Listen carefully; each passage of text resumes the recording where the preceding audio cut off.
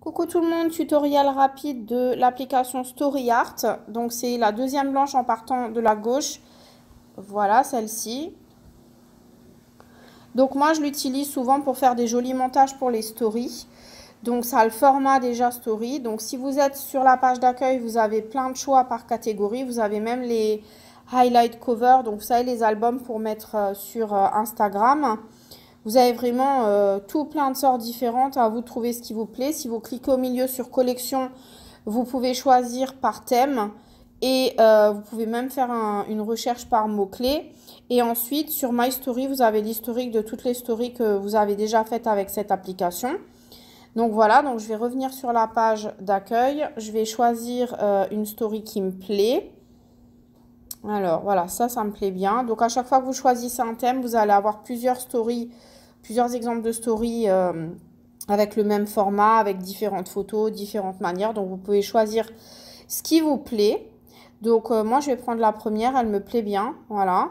Et donc après vous pouvez ajouter vos photos. Hop. Vous pouvez aussi, avant d'ajouter vos photos, rajouter un filtre là en bas où vous pouvez même tourner la photo dans l'autre sens si vous voulez.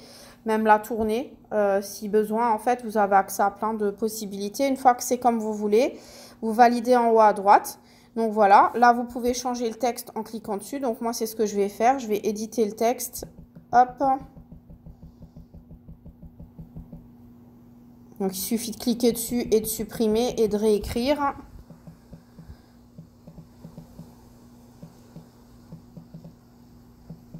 Voilà. Après, vous pouvez éditer le texte en bas. Donc, vous pouvez changer l'écriture si vous le voulez. Si vous voulez trouver une écriture qui vous convient mieux.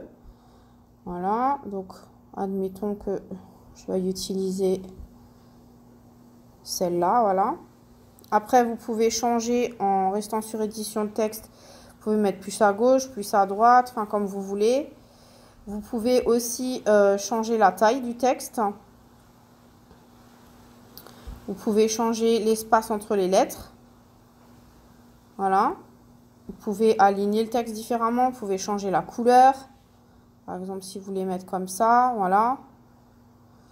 Et vous pouvez aussi surligner le texte si vous voulez. Donc moi, ça va m'aller comme ça. Je vais le mettre plutôt de ce côté-là. Voilà.